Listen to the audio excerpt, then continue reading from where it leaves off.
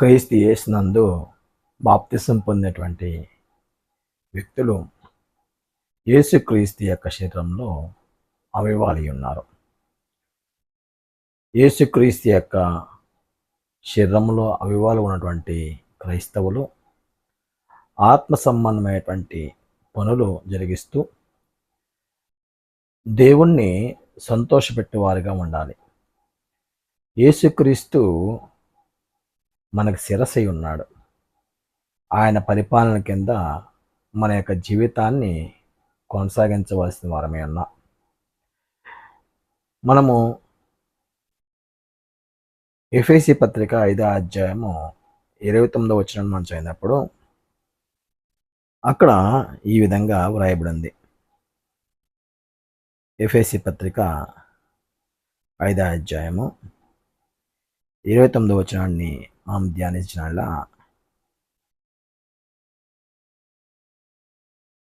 తన శరీరమును ద్వేషించువాడవను లేడు కానీ ప్రతివాడు దాన్ని పోషించి సంరక్షించుకున్నాం.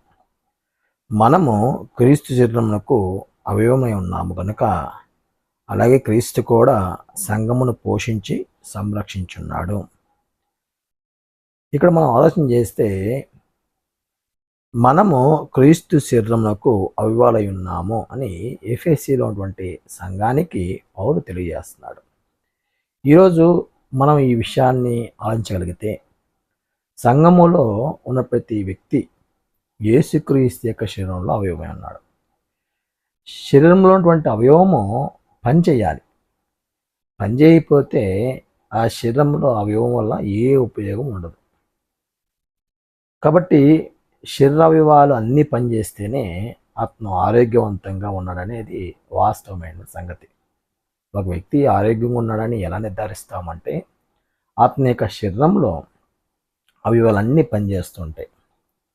అతను ఆరోగ్యంగా ఉన్నాడని మనము నిర్ధారిస్తాం. అలాగే క్రైస్తవులు క్రీస్తు యొక్క శరీరంలో అవయవాలు ఉన్నారు కనుక వారు సంఘములో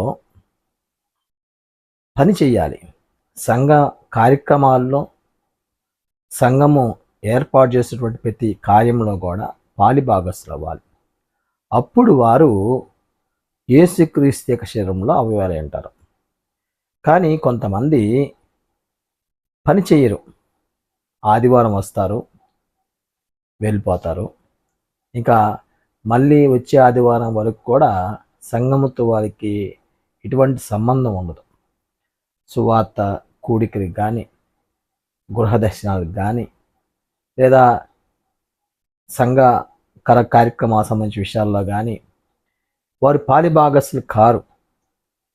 కాకుండా ఆదివారం మాత్రమే ఒక మొక్కుబడిగా వచ్చి వెళ్తూ ఉంటారు. అలాంటి వారు సంఘానికి ఏం ప్రయోజనం లేనివారు. సంఘములో ప్రతి వ్యక్తి యేసుక్రీస్తు యొక్క అవయవమై ఉన్నాడు. యేసుక్రీస్తు యొక్క అవయవంగా పనిచేయాలి ఆ వ్యక్తి అనేది ఆ వ్యక్తి గ్రహించి తాను తన కుటుంబము సంఘములో మంచి పనులు చేయడానికి సంఘ కార్యక్రమాలతో వాళ్ళ కుటుంబం అంతా నిమగ్నం అవడానికి పాలిభాగస్తులు అవ్వాలి. అప్పుడు సంఘం బాగుందని అర్థం. ప్రతి కుటుంబము ఎప్పుడైతే సంఘములో కార్యక్రమాల్లో పాలిభాగస్తులు అవుతూ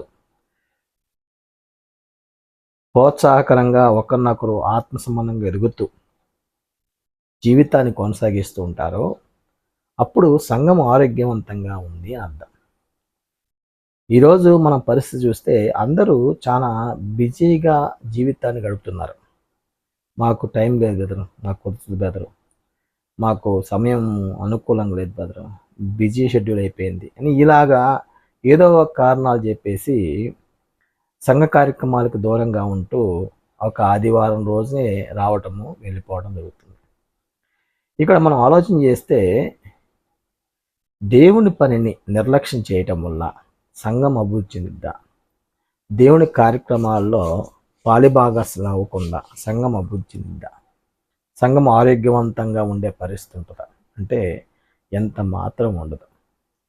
అందువలన ప్రతి క్రైస్తవుడు మేము సంఘంలో సభ్యులమి. సంఘ సహవాసాన్ని అనుభవిస్తూ ఆరోగ్యవంతమైనటువంటి కుటుంబంగా ఎదగాలంటే, ఆత్మ సంబంధంగా వాతావరణాన్ని కుటుంబంలో కలిగి జీవించాలంటే ప్రతి క్రైస్తవుడు సంఘంలో అవయవంగా పనిచేయాలి. సంఘ సహవాసం అవసరమై ఉంది. సంఘంలో జరిగేటువంటి ప్రతి కార్యంలో కూడా పాలి భాగస్సులు అవుతాం. దేవుణ్ణి మహింపరుస్తూ జీవించవలసిన ఆవశ్యకత ప్రతి కుటుంబం మీద ఉంది. అందువల్ల ఎవరు కూడా సంఘానికి దూరంగా ఉండొద్దు. సంఘ వాతావరణానికి దూరంగా ఉండొద్దు.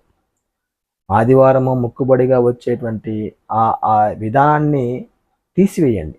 అలాంటి పరిస్థితి రాకూడదు. అలాంటి పరిస్థితి వస్తే కుటుంబం ఆత్మీయంగా ఉండదు. మానసికంగా వ్యక్తులు కూడా నిరీక్షణతో బతికేటువంటి పరిస్థితి సన్నగిలుతూ ఉంటుంది. ఇలాంటి పరిస్థితి ఏర్పడుద్ది. అందువల్ల ప్రతి క్రైస్తవుడు ఆత్మ సంబంధంగా ఉండాలంటే, కుటుంబాల ఆత్మ సంబంధంగా ఎదగాలంటే సంఘ సహవాసము, సంఘముతో కలిసి ఆత్మ సంబంధమైనటువంటి పనుల్లో పాలిభాగస్సులు అవటం చాలా అవసరమైంది. యేసుక్రీస్తు యొక్క పనిని మనం జరిగించాలి. ఆ పనిలో మనం పాలిభాగస్సులు అవ్వాలి. అది ఉన్నతమైన ఆనందం అండి. అది గొప్ప ఆనందం, అనుభూతి అది. కాబట్టి యేసుక్రీస్తు యొక్క శరీరంలో అవయవంగా ఉన్నటువంటి మనందరం కూడా యేసు ప్రభు యొక్క పనుల్లో, ఆయన కార్యాల్లో మనం పాలిభాగస్సులం